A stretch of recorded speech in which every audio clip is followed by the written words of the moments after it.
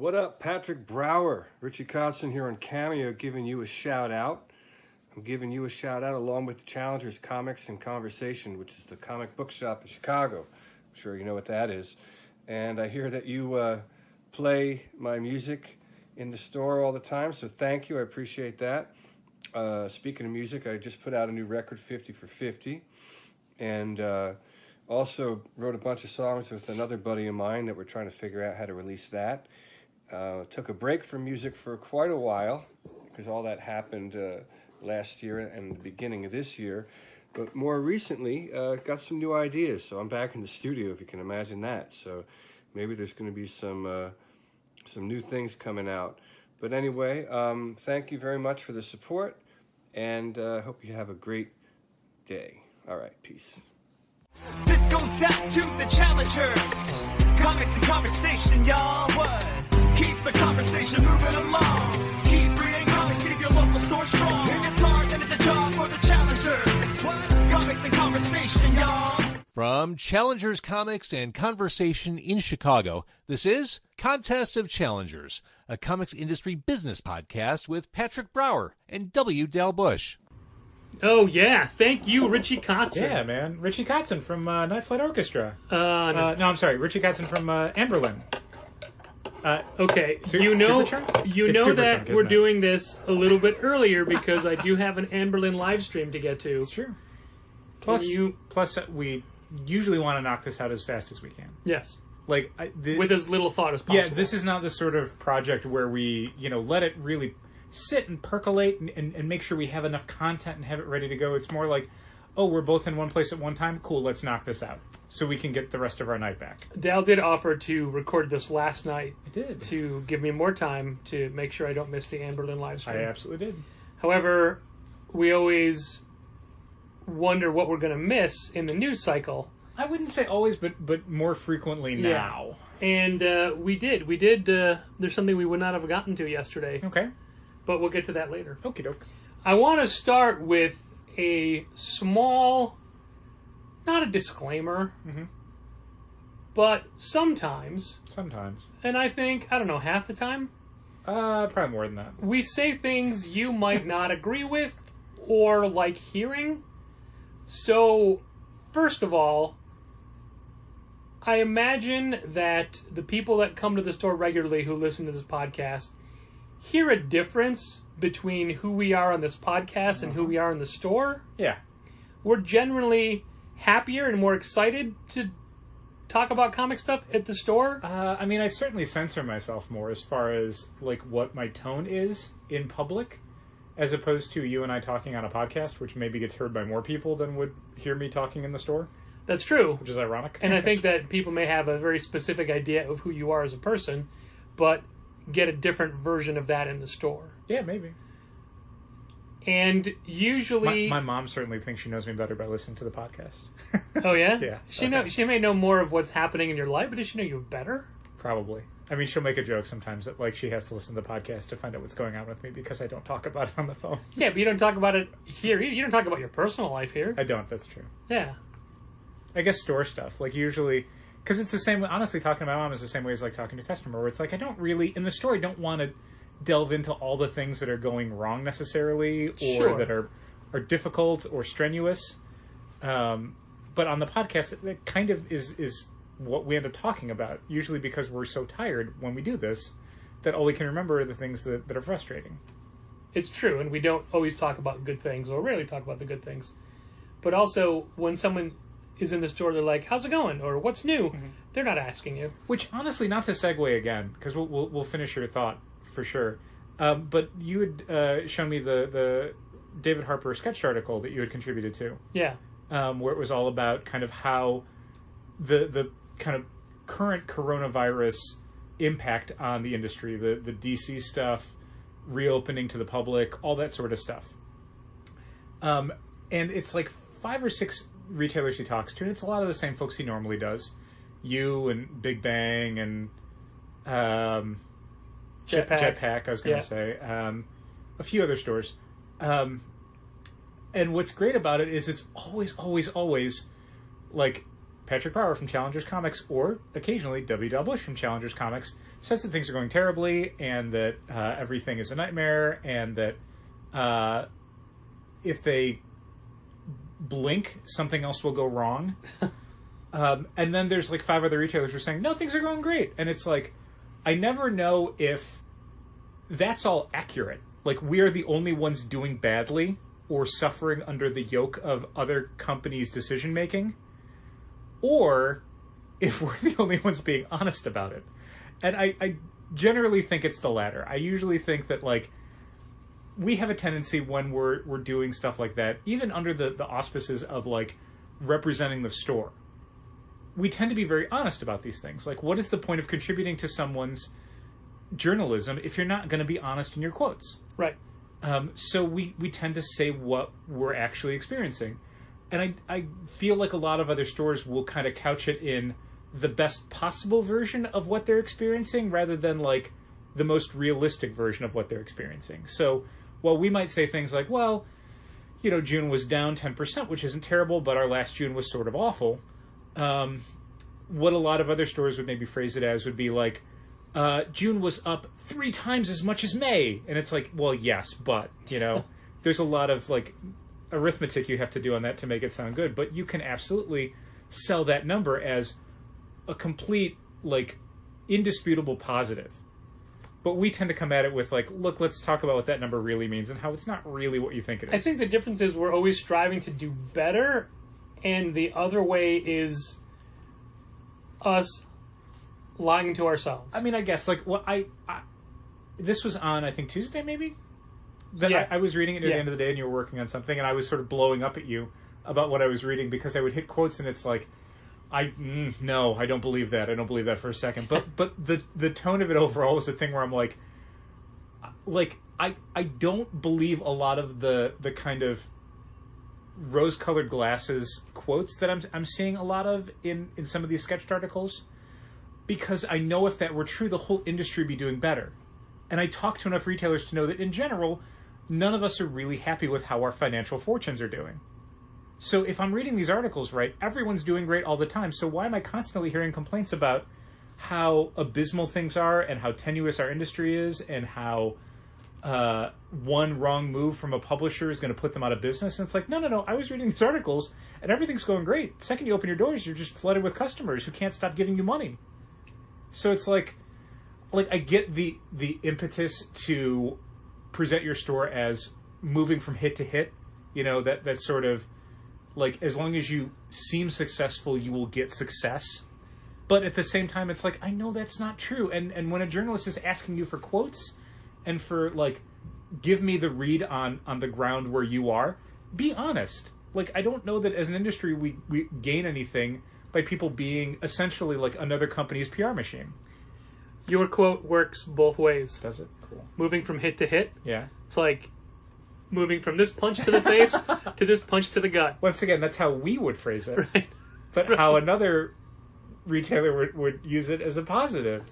That's just how we do things. Oh, it's perfect. So yeah, in general, like, reading a lot of these quotes, it's like, I don't know. I mean, I hope it's the opposite. I hope we are the ones failing and everyone else is succeeding constantly. I genuinely hope that.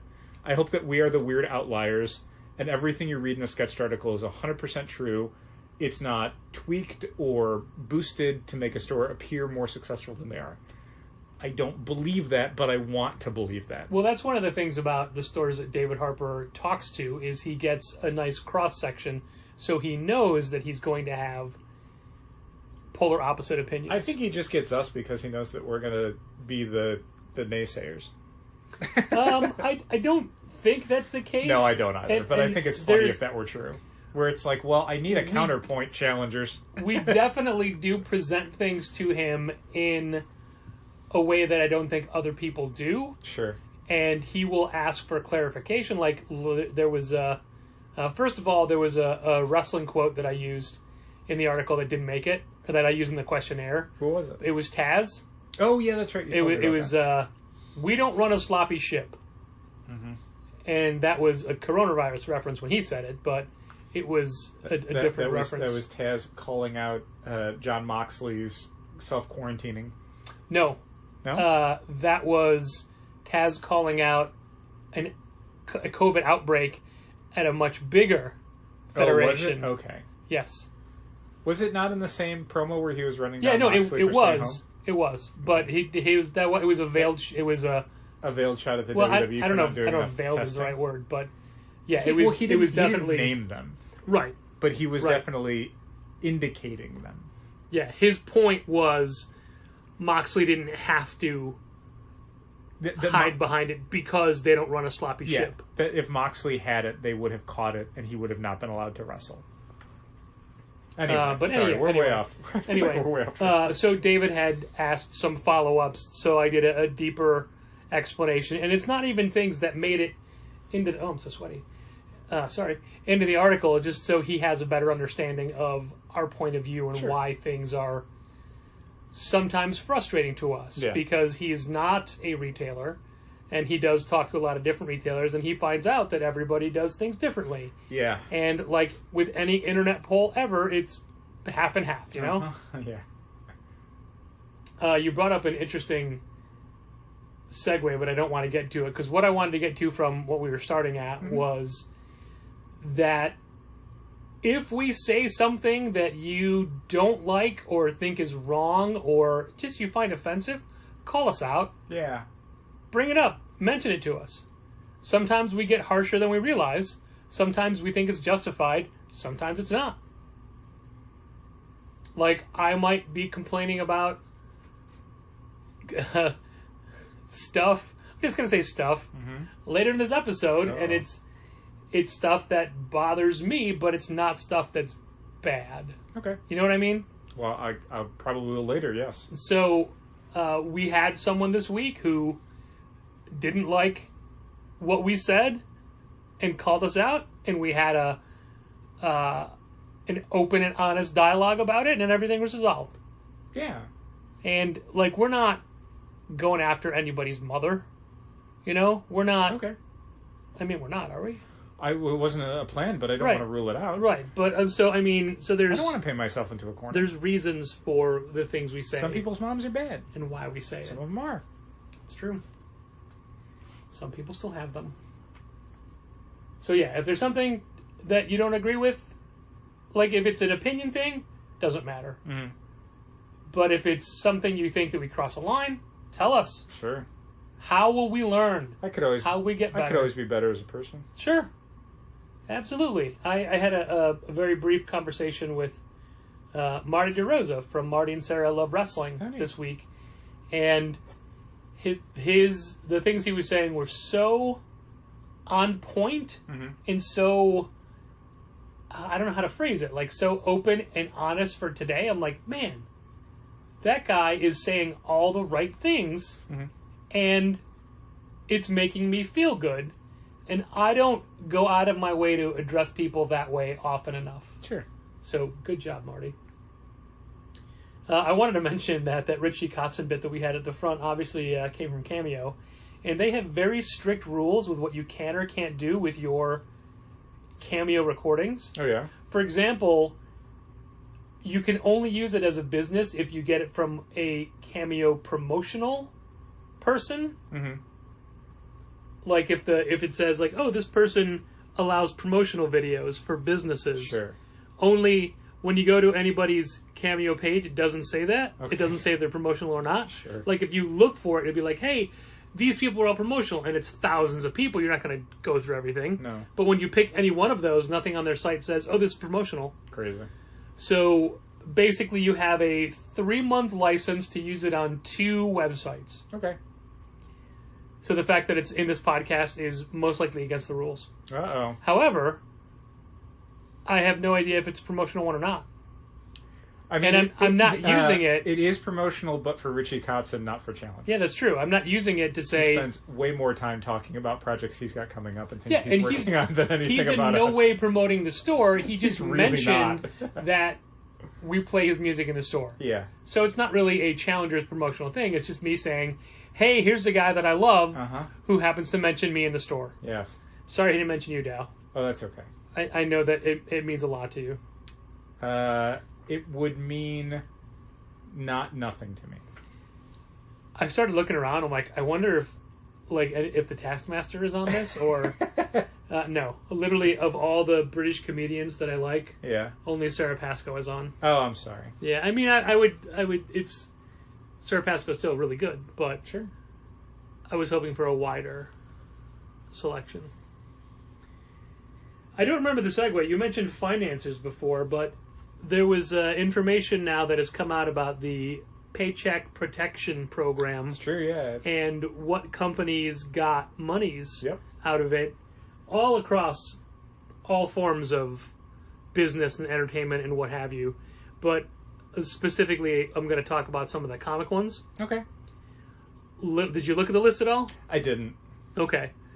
Midtown got 2 different loans. Okay. One for their stores Uh-huh. and one for their online presence. Okay. Diamond got millions of dollars. Cool. Graham Crackers Mhm. got somewhere between $150,000 and $350,000. They got a lot of employees. They do, right? And that's how the loans are based off of salaries and employees. But like that's the gaps. It's like Okay.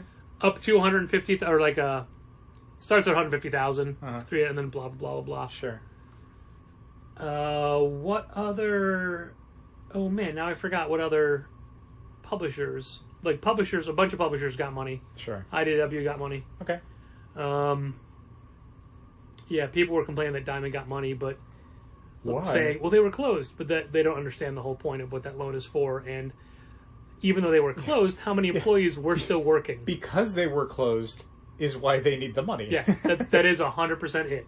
That's, oh my goodness. Plus, I mean, they were closed, but they weren't closed. We were still getting reorders. They were still shipping out. Yeah. And for even There for was the still stores, customer service working at home. right? And the stores were other stores still had ways to make money to Yeah. be open, but they still got it. It's an interesting look at the stores and the publishers that got the money, and it is on the one hand, it's like, oh, okay, I think that might be a way that Diamond was able to,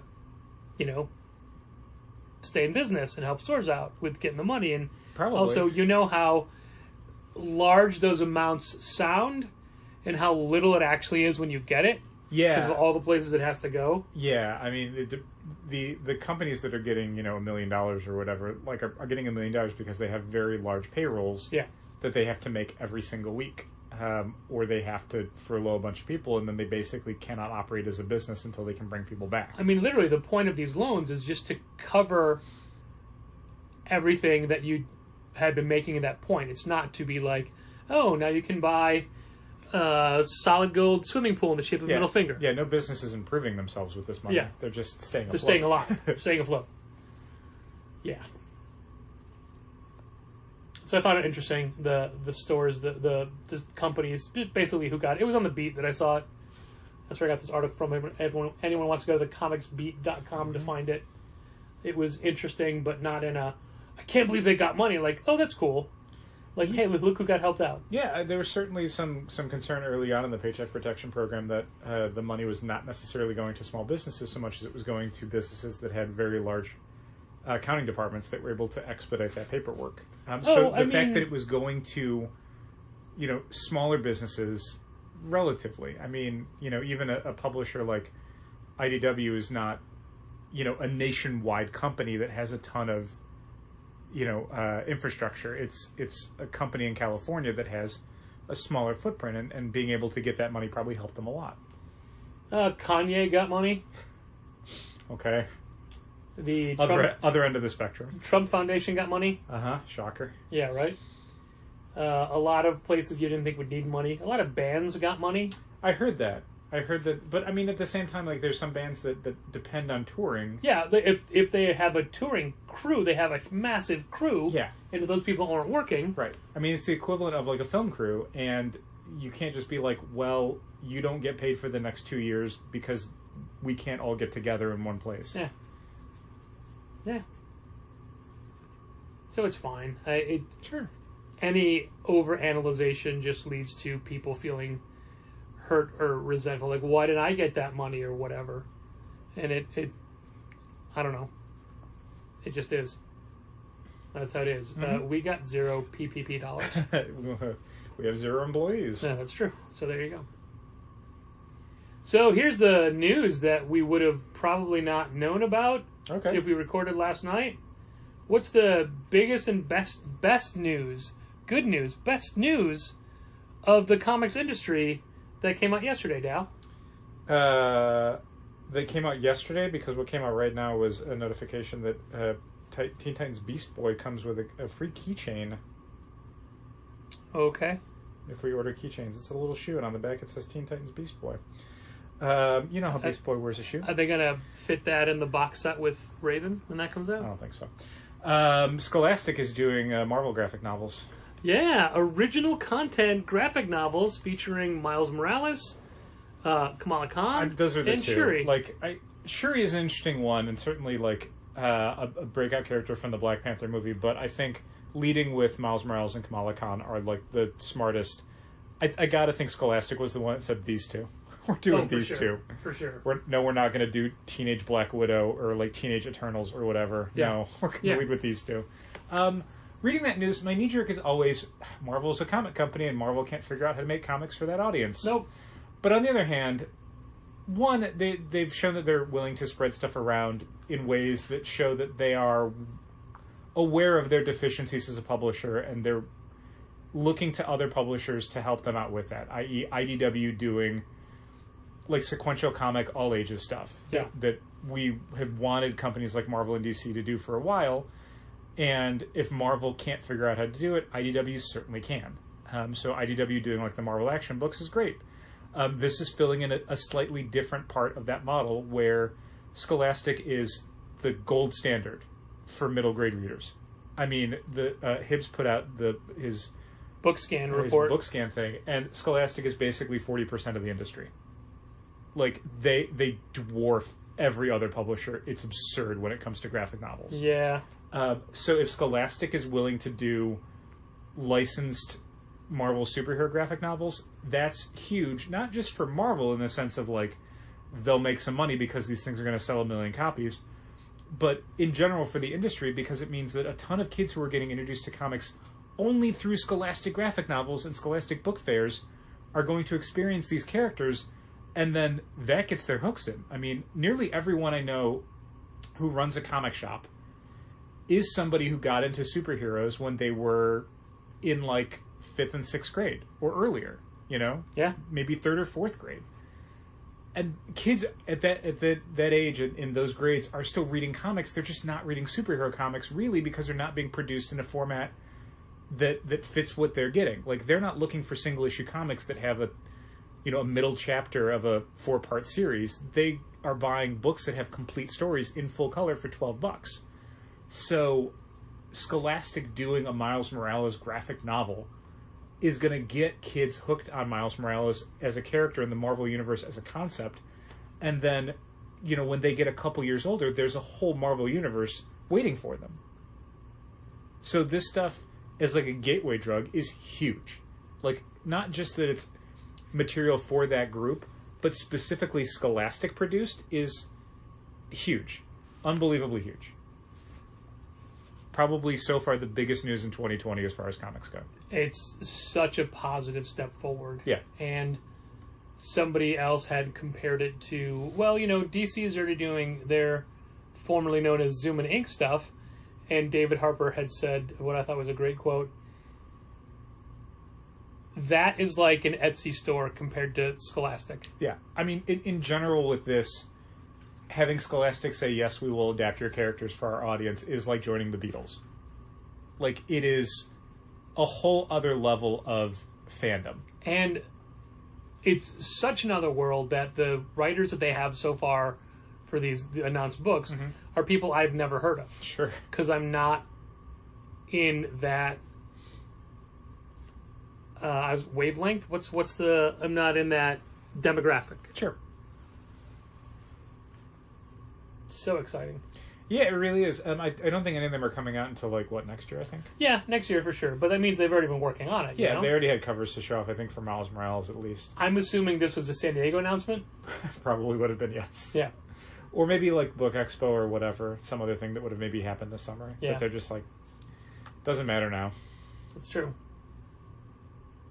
Did you see that the WWE announced their San Diego Comic-Con exclusive action figure? No? Last year it was the Slim Jim Macho Man. Yeah. This year is a Mr. T. Oh, okay. Yeah. You gotta... I can't think of what they could do that would get me excited. They already did, what, Shockmaster? Yeah. They already did him. Yeah. That's it. He's That's up pretty there. much it. He's up there. Thanks to Jimmy P.S. Hayes, he's up there. Upside down in the package. They'd done a previous iteration of Shockmaster, but this one was a San Diego exclusive where he's upside down. Yeah, the packaging is what really sells. Yes. 100%. But yeah, I wonder if there would have been any AEW San Diego exclusives, you know? Yeah, I really wonder. I don't know if they were exhibiting there necessarily. They seem like more of a Reed thing, which makes me think probably New York Comic Con. Yeah. Which is probably when the Walmart figures would be out. Walmart's doing a lot of exclusive figures from a lot of companies. According to what I read, those figures come out August 1st, Okay. which is a Friday. Okay. So I'm going to need you to go to Walmart that day? I'll see what I can do. Get me all those figures. And people have already been reviewing the deluxe Figures Inc. Jericho that comes in the With a wine table bottle. and a little bit of the bubbly. Yeah. How do I like it? It's God. The reviewer was like, "Oh, and it comes with a." I forget. It comes with a table. Uh-huh. He didn't call it that. He called it something else. And I'm like, "Oh man, you just lost all your credibility as a toy reviewer because you didn't know that's a table for the ring." Sure. Like he called it like a platter for the cheese and stuff or whatever. Okay, sure. Not even platter. He used the wrong word entirely. Uh-huh.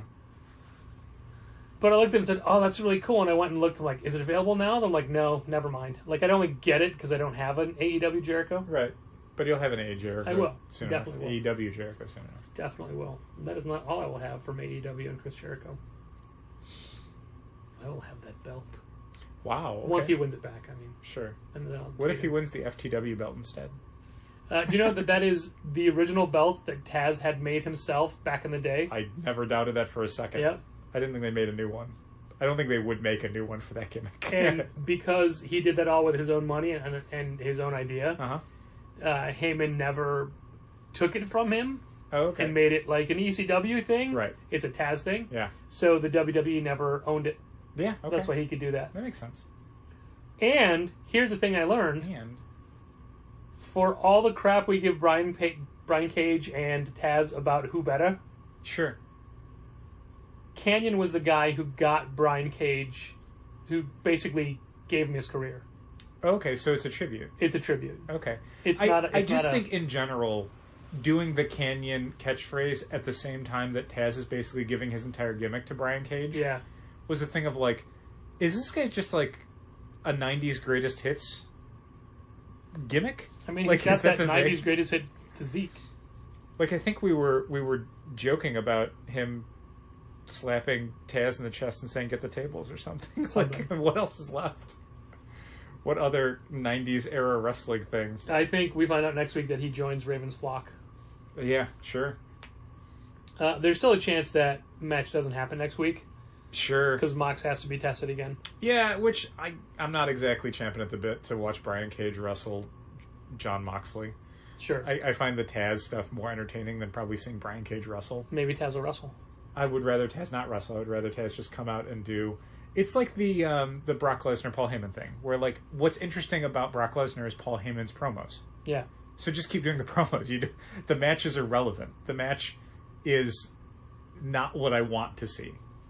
And the match is 17 suplexes in a row. Uh-huh. All right. Well, enough about the wrestling world, even though Okay. it's very exciting and very really exciting. fun right now. Really, really fun right now. It really is. We have something to tell everyone, which is something that we personally have been waiting for years. Honestly, years. I remember seeing it on the roadmap. We were driving back from the Memphis? the Expeditors. We're out in Geodis Wilson's. Yeah. I remember seeing it because there was an email that was sent out. It was probably something that was announced at like a retailer conference or something. But this was... I'm trying to think of how many years ago it would have been. I mean, like 6, 7, a long time. Sorry, I thought there was more to that. No. It is a feature that we kind of used to have, and then we're working towards again, and then wanted to get from Comic Hub, but that didn't work out with us.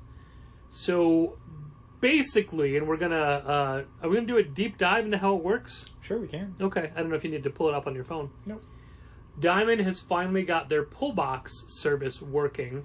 Yep. And what that means is that if you are a Challenger subscriber and you link up to Pullbox, we will send you an invite to be part of, have a Pullbox account. You basically have a lot more control over your subscription list. Yeah, Pullbox is basically a consumer-facing subscription management tool that's integrated with our database. We will be sending out invites, and it is invite-only right now. You can't sign up for Pullbox and see all your information there. We have to invite you to join the service. We'll be sending out waves of invites. And if you're someone who's listening to this podcast, you're exactly the sort of person that we want in our first wave of Pullbox users. So if you're a subscriber and you're listening to this, shoot us an email and we will we'll get you the info and get you squared away. Yeah, just say Pullbox, please. But beyond people listening to this podcast, it's going to be people who have been emailing us monthly when we send out subscriber emails. It shows that there's someone who wants to have more control over their subscriptions. So we'll be sending them out emails. Basically what it is like I said, it's consumer facing. So we'll send you a link to previewsworld.com. It has a subsection for Pullbox. And when you're signed up, you'll have to create an account with Previews World, and then that'll be after we send you the invite. There'll be a link in the invite email that tells you to go to Pullbox and create an account, and then you'll be linked up, and all of your subscriptions will already be listed there. Now, this is something that we are learning to use only maybe a week ahead of where other people are learning to use it as subscribers. So that's why we're starting kind of slow with how many people are invited to use it, because there are things that we are still figuring out how Pullbox does it, and we want to have those answers in place before there are questions that people have. We want to be able to answer those questions as they arise. Yeah, so we've played around with it a little bit, and we've talked to Diamond a little bit on how we're seeing things and how it's being communicated through Pullbox. So I think we've got a decent enough grasp where we can roll it out to a small select group of people who are willing to kind of be our beta subjects on this. They are willing to put up with something where it might not be super clear on what's going on, and it may be a thing where they might have to ask us questions. We'll have to ask Diamond, and then we'll have to get back to them. So they're helping us smooth out the rough edges. I was going to make a joke that I was the alpha beta, but in fact that was you. Correct. I'm the beta. So what it's going to be, and it is a website, but it's got a mobile interface, not an app, but something you can look at through Chrome or Safari on your phone, that is actually really well organized. It's definitely designed for the phone, for the mobile application, and at this point, I assume everybody who'd want it knows how to make a shortcut icon for your phone. And just save it as a bookmark or whatever you want to do. In general, like it doesn't have an app, and that might be something that they have on their roadmap. But currently, the mobile interface is very, very, very solid and usable. That was a concern I had, because we've seen stuff where the desktop application is great, but most people are wanting to make these changes and view their subscriptions away from a desktop or a laptop. They're going to want to look at it on their phone, and that's something that has to work well and be organized in a way that makes sense, and I think Pullbox really does. Yeah, I want to say that it's an even 50% split with the way people read our weekly email newsletter. Sure.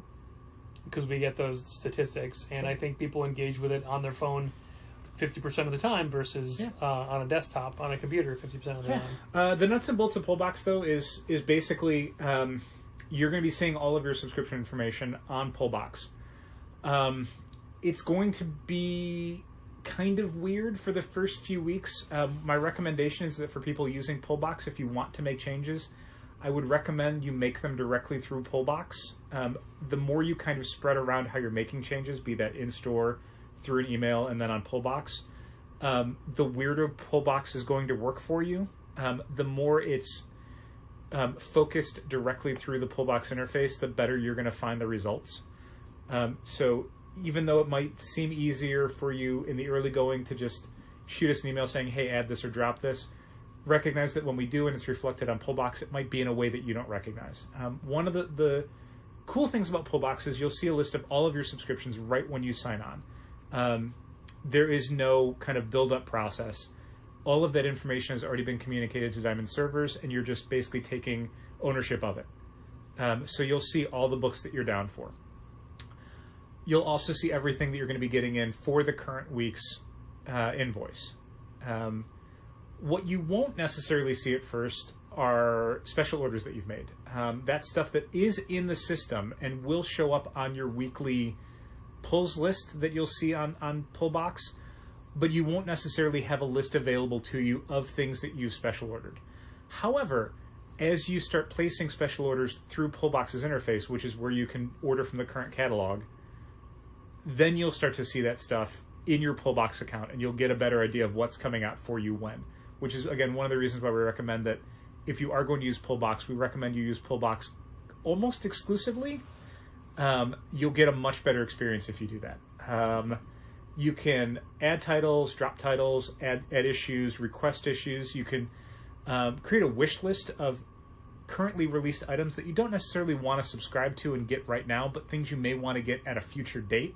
If you want to remind yourself, like, oh, I left off Saga Volume 6, put that on your wish list. Right. Then the next time you have a light week, you can be like, what Saga did I need? Oh, it's right there on your list. And not only is it a wish list, but it's integrated into our database. So if you see it on your wish list and you decide, oh, I want to get this now, it's just a one-button press on your wish list to basically create an order to get us to pull it for you.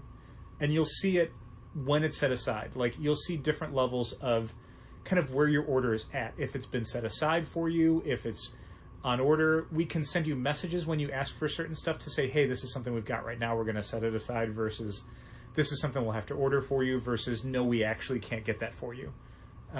We have a lot of control over what we approve and reject as far as orders go. So we won't approve something if we don't think we can get it for you. So someone who's like, oh, I want Thor number 5. We're going to reject that order because not only do we not have copies, but it is completely sold out at Marvel. Quick anecdote from today. Mm-hmm. Phone rings. Hi, do you have Thor number 5? No, I'm real sorry. That book is sold out. Do you know when you're going to get any more? We are not getting any more. You can't order any more? No, we sure can't. And no one else can, which is why you can't find it anywhere. Oh, okay. So you're not going to get it back in? No, we're not. Never. We're never going to get it back in. We not might even, get new printings, not but even, that's not no, what you're that's asking not, yeah, for. you don't want new printings. Yeah. Not going to give you that information because it's just going to be confusing. So the other stuff with Pullbox that I think is interesting is the main feature is the entire catalog is available to you, and it's got so much more data in it that we could ever put in like the monthly website listing that we do and the email we do to subscribers. You can see covers to everything. You can get solicit text on everything. You can see alternate covers for everything, assuming that those covers have been finalized and submitted to Diamond. Sometimes they haven't been. You can, for a lot of books, you can see multi-page previews. So if there's a new number 1 coming out from Image, you can actually see a few pages of the interior artwork and story to get an idea of if it's something you want to do.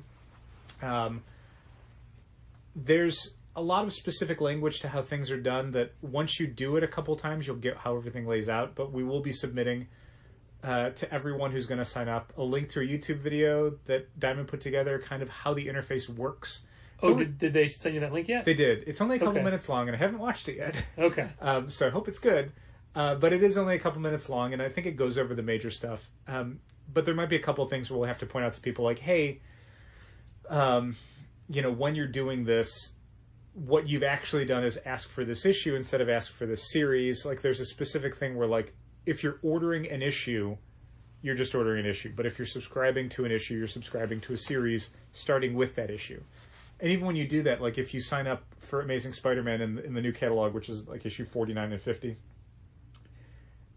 it will ask you, hey, do you want the other issues that haven't been released yet? So you can flag it and go, yes, I want 45 and 46 and 47 and 48. Or you can just say, no, I want to start with 49.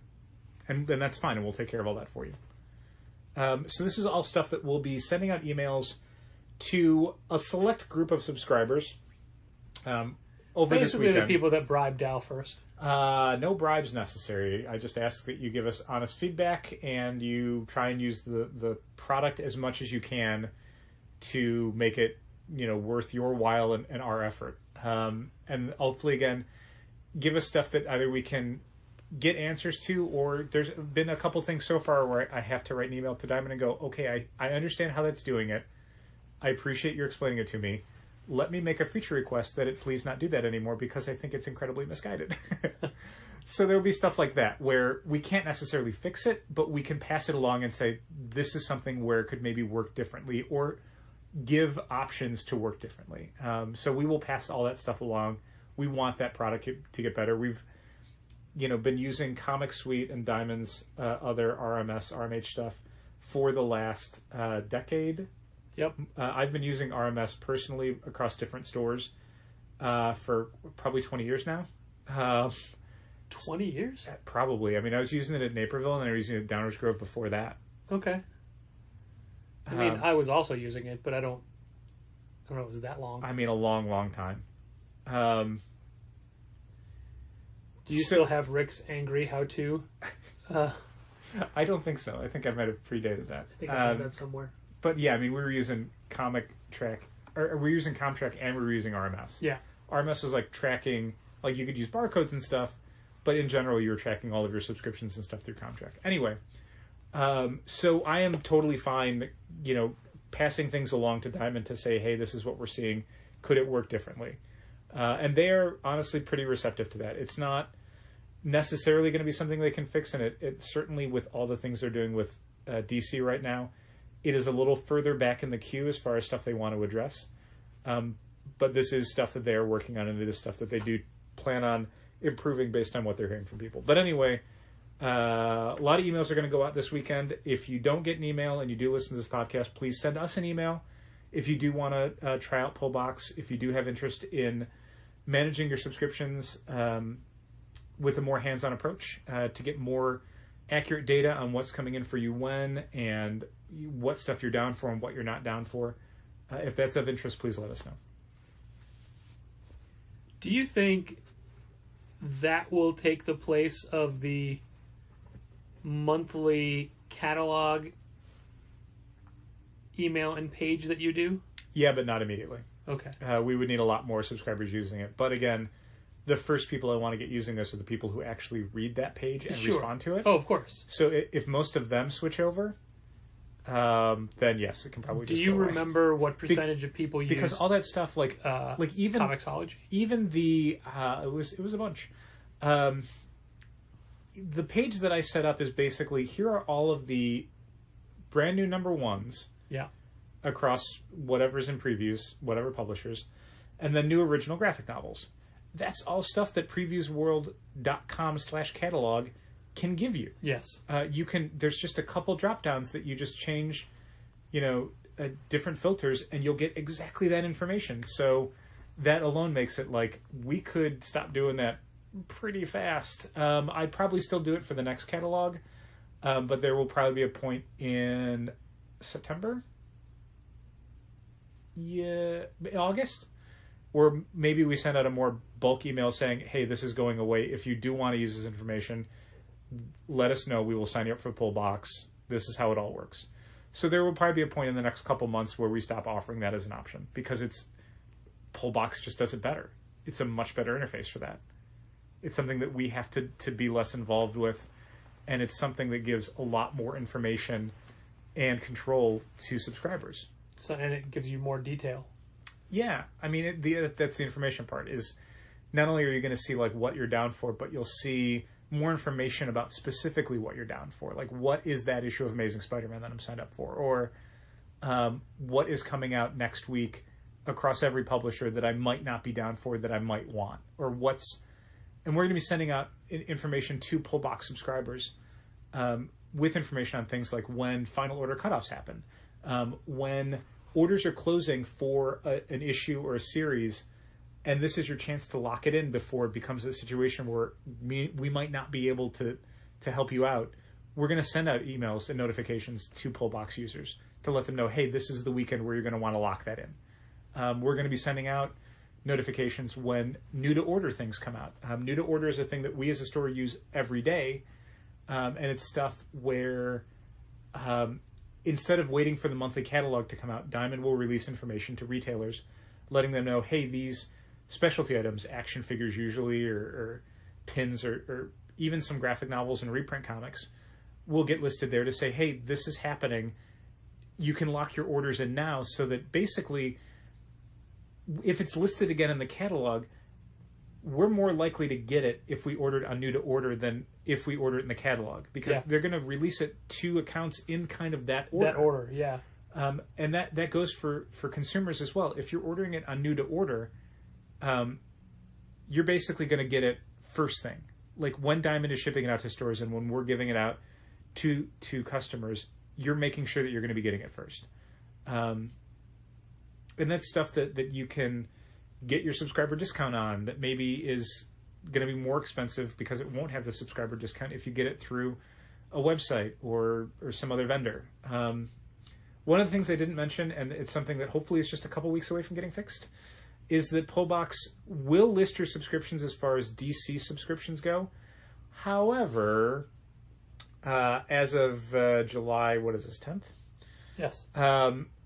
Your incoming subscriptions, your weekly arrivals for DC product, will not be listed as like a pre-arrival, in the same way that the emails that we're sending out currently don't have pre-arrival information for your DC books.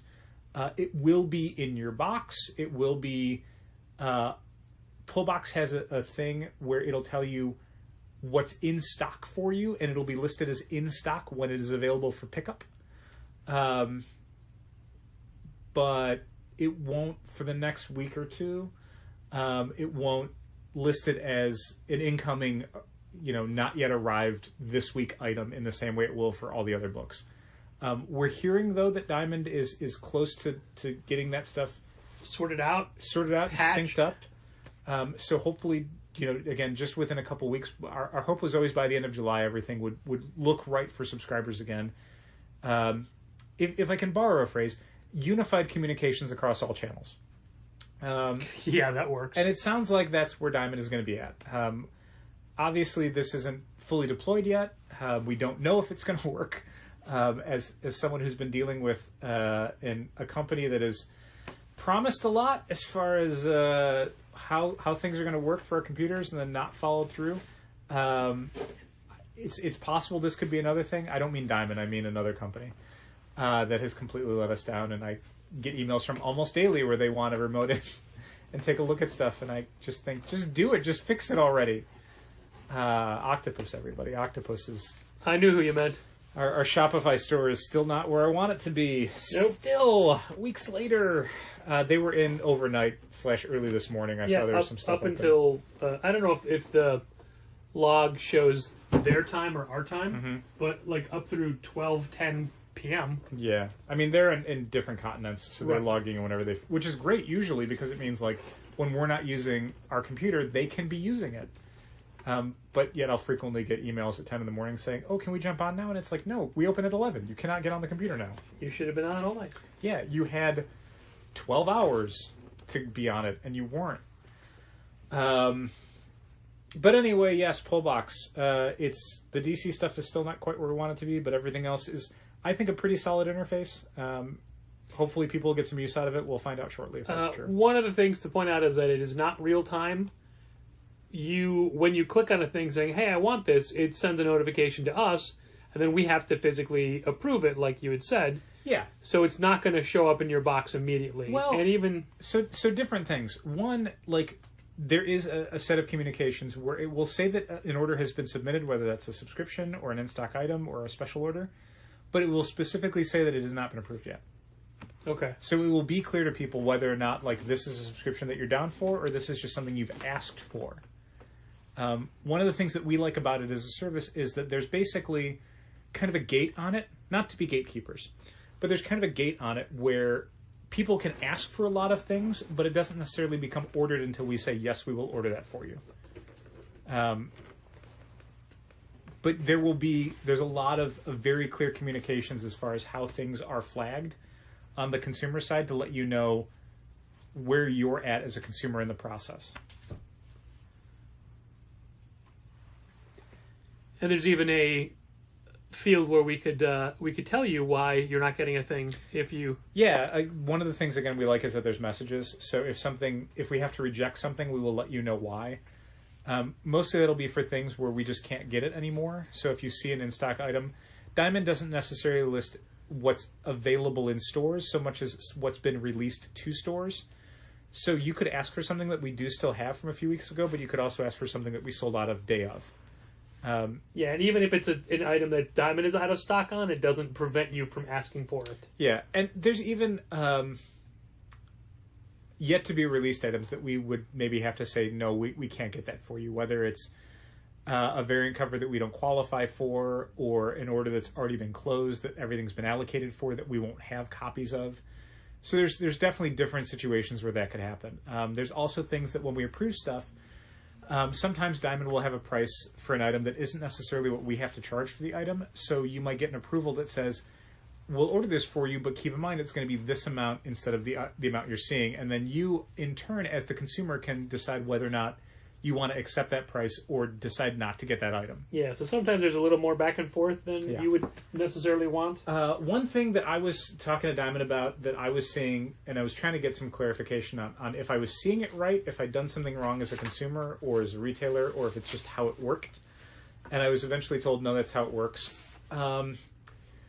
We usually have a policy where if you drop a subscription, we will cease pulling for you as of whatever's currently been released. So, for example, if Detective Comics 1023 comes out and you say, I want to drop Detective Comics, What's happening there? I'll explain it later. Okay. That's how it works. Just the way it looks like it's braided. Nope. That's just how it works. I've never taken the dust jacket off before. Nope. I'll explain it later. But if you drop Detective Comics 1020, Detective Comics in the store, and 1023 has just come out, we will stop pulling for you, starting with 1024. How Pullbox looks at a lot of its orders is based on the current catalog. When the current catalog goes live, which is usually like the second to last week of a month. So like the August catalog goes live around like next week? Like July 23rd maybe. Okay.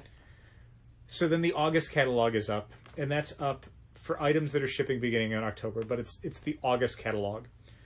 And that's good through you'll see a date at the top of the screen when you're on your Pullbox account that says when the catalog closes.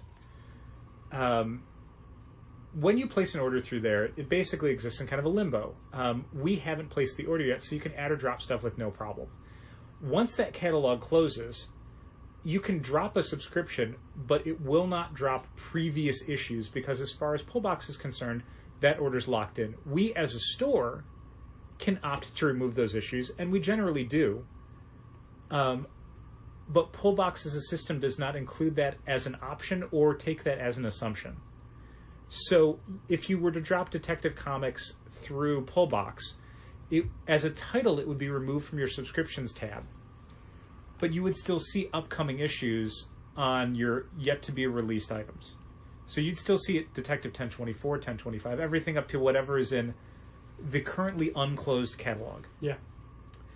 So while we can remove that on our side, and we will, you'll still see that information being pushed out to you. So that's a thing that we're going to have to tell people, like, look, as long as you don't see it in the subscriptions tab, don't worry about what it says you've got coming out. And it's the same thing for special orders. If you were to special order Dark Knight's Death Metal Multiverse's End, and that catalog closes, and then you say, oh, I don't want that anymore, we'll drop it for you, no problem. But you're still going to... You can't drop it through Pullbox. Pullbox does not have an option where you can drop special ordered items. You can only drop subscriptions. Honestly, I think the only difference from there, I think, is if it's something that's in the current catalog and it hasn't closed. So if you special order a bunch of stuff in the current catalog and then decide before it closes, oh, I don't want that stuff anymore, that stuff I think you can all drop. I think that's a good idea to protect the stores, especially if, let's say, you special order a statue and then decide, oh, I don't want this anymore. We can't cancel that order. Right, and I like that it doesn't, again, assume that you're going to do that, but I dislike that it doesn't give you the option as a store of allowing that stuff. In the same way that when someone adds something, we can accept or reject it. It sucks that we can't, like, accept or reject dropping other issues. And even if we drop issues on our side, that doesn't push out to Pullbox. Like, Pullbox is still like, no, they're still down for them. So there's really no way on either our end as the retailer or the consumer side to get the information that's inaccurate now to not populate. So that sort of bugs me, because I think there's going to be people, in the same way that when we would drop titles and Comic Suite would inaccurately report people still being down for them because of a bug in the system. Yeah. It sucks to have to keep going, no, you did drop it, you're not down for it. I wish I could show you that you're not down for it, but you just have to take my word for it. And that's, having to do that through Pullbox is almost defeating the purpose of all of this information is accurate except for this thing that we both know, me and the consumer, is inaccurate, but neither of us can do anything about. And it sounds like a very small thing that'll hardly come into play, but I bet it's a lot more active than we realize. Well, again, people drop titles all the time, and they drop titles in a way where you've already ordered two to four issues. And it sucks to go, yeah, I know that it says that on the screen, but when everything's been received, you'll see something else. You won't see it as received because that item has not been received and held for you. But up until that point, you're going to see it. Let me tell you the wrong way to drop a title. There's a right way? Yeah. What's the right way? The right way is to tell us far in advance of that title. That is the right way. The wrong way is to come up to the counter with your pulls list for the week and say, I don't want this book. Especially when you're someone... Now, you've gotten an email. You got an email... What publisher was this? What book was this? Deceased. Okay. Dead Planet #1? Well, Deceased is tricky then, because they technically didn't get an email. Oh, okay. Yeah, that's true. I mean, they did get an email a few weeks earlier saying you are down for Deceased Dead Planet. Mm-hmm. Okay. But they didn't get a notification that Deceased Dead Planet #1 came out. Yeah, that takes a little of the That's why I wanted vitriol to ask. out of my argument. Sorry. But it's still a valid point. Sure. That once a book is in your box, you shouldn't come up and say, I don't want this book. Because you knew it was in your box. Yeah, I mean, I agree with that. Like, the rule that we had to enforce starting in January was, if it's been released, you can't drop it anymore. Because we were having people do that. More than that, we were having people who would come in once a month and then have 3 weeks worth of stuff where they're like, oh, I don't want these books from the last 3 weeks. And it's like, well, one of those I can maybe resell. That book is released every 2 weeks, so you have 2 issues of it. Yeah. But again, hopefully this will have a thing where if people are using Pullbox, they'll get a better idea. I don't know. Maybe. I think so. I think that this is something that, like we said to start up with, we've been waiting for it for a while, and so far it seems to meet the expectations of what you have for it. Yeah, I think there's things it's really good at and things it's sort of not so great at. The really good at is if you're ordering from the monthly catalog, it's great.